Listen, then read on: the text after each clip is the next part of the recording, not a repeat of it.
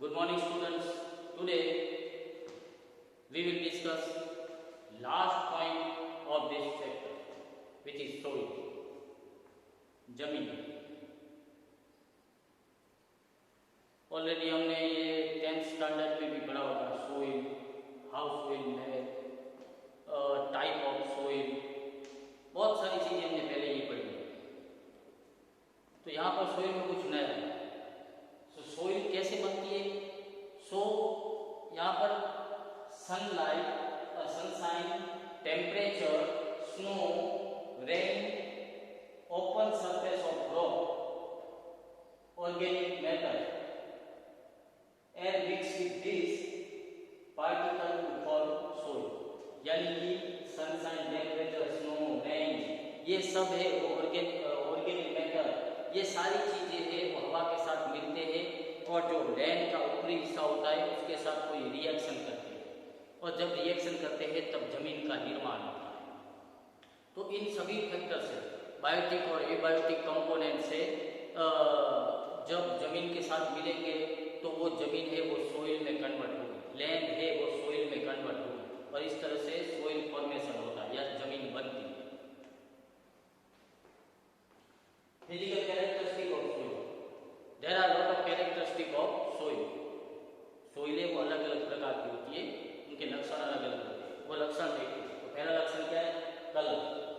हमने देखा है सोइल के 8 प्रकार होते हैं, उनके अलग अलग कलर होते हैं।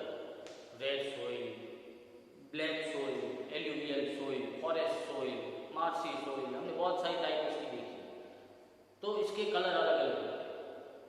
कलर इसलिए अलग अलग होते हैं कि जितना सनशाइन और टेम्परेचर, स्नो जैसे नेचुरल एजेंट का जमीन के ऊपर इफेक्ट होगा उतनी सोइल का कलर है वो अलग अलग होगा। और कई बार फेरस ऑक्साइड का भी इसमें योगदान रहता है कि जमीन के नीचे कितना मिनरल है, क्योंकि ज़्यादा मिनरल होने की वजह से वहाँ पे गर्मी ज़्यादा होगी तो जो जमीन है उसमें फॉस्फेट की मात्रा बढ़ जाएगी तो वो रेड हो जाएगी। यानी कि अलग अलग कलर सॉर्ट में जमीन के होते हैं। लेकिन एक बात है कि जमीन का रंग जितना ज़्यादा डार्क होगा उतनी वो जमीन है वो अच्छी फलद्रुप फर्टाइल कहलाएगी। सो डार्क कलर मोर ऑर्गेनिक। जितना भी कलर डार्क होता जाएगा, रेड, ब्राउनिश, ब्लैक, तो वो सोइल मजबूत और फर्टाइल सोइल मानी जाती है। तो ये कलर उसके अलग अलग होते हैं। Second, Sandy and clay. Soil की एक और सोइल है वो सैंडी भी होती है और क्ले टाइप की भी होती है। अब सैंडी और क्ले में क्या फर्क है? तो सैंडी है वो बिग होती है, सैंड होते हैं उसके कण होंगे वो थोड़े बड़े होंगे, सोइल के कण थोड़े से बड़े कंपैरेटिवली। वाइल क्ले, मिट्टी, उसके कण है वो स्मॉल होंगे, उसके पार्टिकल स्मॉल होंगे। यानी कि सोइल है वो सैंड फॉर्म में भी हो सकती है और क्ले फॉर्म में भी हो सकती है। वो हम घर बनाते हैं ना तो उसमें यूज करते हैं ना, सैंड भी करते हैं, क्ले भी करते हैं। क्ले यानी कि उसे छान देते हैं रेती को, तो वो जो रेती छानी हुई होती है उसे हम क्ले कहते हैं। तो क्ले और सैंड दोनों फॉर्म में हम कहेंगे कि ये सोइल पाई जाती है सैंड और क्ले में। तो उसकी एक सेकंड कैरेक्टरिस्टिक हुई। तीसरी, arrangement of soil particle. Soil particle की अरेंजमेंट सब जगह अलग अलग होगी। ऐसा नहीं है कि सभी प्रकार की जब सभी सोइल है उसमें फर्टिलिटी, पीएच लेवल सब कुछ एक होगा। सभी जगह सोइल का अरेंजमेंट लेवल अलग अलग होगा और वो अरेंजमेंट लेवल है वो हर जगह डिफरेंट होता है। वो डिसाइड करेगा कि ये नेचुरल एजेंट उस सोइल के ऊपर कितना अफेक्ट करते हैं। यानी कि हर जगह सोइल का अरेंजमेंट अलग अलग होगा। कहीं पे ऐसे रंग की सोइल होगी, कहाँ पे फर्टिलिटी ज़्यादा होगी, कहीं पे कम होगी।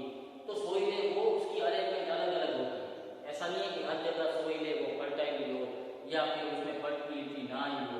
तो सोइल है उसकी अरेंजमेंट शॉर्ट में डिफरेंट होती है। Then soil structure. सोइल का स्ट्रक्चर कैसा होता है? तो एक के ऊपर एक, एक के ऊपर एक, एक के ऊपर एक, ऐसे लेयर बनी होती है सोइल की। ऐसा नहीं है कि सोइल यानी कि एक ही लेयर होती है, सोइल की बहुत सारी लेयर होती है। और जितना भी आप सोइल की गहराई में जाओगे उतनी उसकी फर्टिलिटी बढ़ेगी। ऊपर की लेयर होगी वहां पर कम फर्टिलिटी होगी। जैसे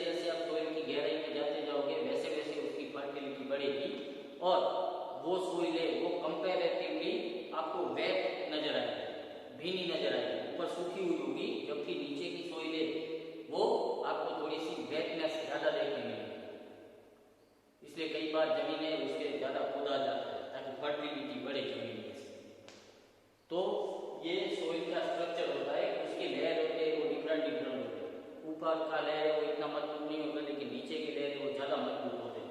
तो टॉप टू बॉटम जाएंगे वैसे वैसे सोइल की फर्टिलिटी बढ़ेगी। Then type of soil, soil के दो प्रकार हैं। हाँ, यहाँ पर दो प्रकार ही दिए, वो आपने पढ़े थे, वो अलग पढ़े थे, यहाँ पर दो ही प्रकार है, residual and transported soil. Residual soil यानी वहाँ पे रहने वाली। अब ये सोइल कैसी होती है? The form from weathering of parent continue overlying them. अगर कोई भी जमीन है, वो जमीन के ऊपर दूसरी जमीन, दूसरी के तीसरी, तीसरी के ऊपर चौथी, ऐसे बहुत सारी जमीन इकट्ठी होती जाए और उसके ऊपर पेड़ पत्ते गिरते जाए नीचे, जिसकी वजह से उसके अंदर ऑटोमेटिकली फर्टिलिटी आने लगी। वो जमीन किधर भी नहीं जा रही, वो जमीन उधर ही अपनी जगह पे ही सोइल पड़ी है, लेकिन बहुत सारे नेचुरल एजेंट उसके ऊपर आते हैं, जिसकी वजह से वो जमीन अपने आप बनने लगे। तो उस प्रकार की जमीन को हम कहेंगे रेसिडुअल, यानी कि वहां पे ही रहने वाली जमीन, कहीं और की नहीं, तो रेसिडुअल सोइल कहेंगे। ऐसी सोइल हमें खासतौर पर फॉरेस्ट रीजन में देखने मिलेगी। जहाँ पे फॉरेस्ट होंगे ना, वहाँ पे नीचे जो भी सोइल होती है वो वहाँ पे ही पड़ी रहती है, क्योंकि हाई लैंड पे होती है। फॉरेस्ट की वजह से ज़्यादा वो जमीन वो रेती उठती भी नहीं, लेकिन फॉरेस्ट के पत्ते उसके ऊपर गिरेंगे, बहुत सारे ऑर्गेनिक कंपोनेंट उसमें मिलेंगे, जिसकी वजह से वो सोइल अपने आप बन जाएगी, और ऐसी सोइल को हम रेसिडुअल सोइल कहेंगे। And now transported soil. Transported soil, transported यानी कि एक जगह से दूसरी जगह जाने वाली सोइल।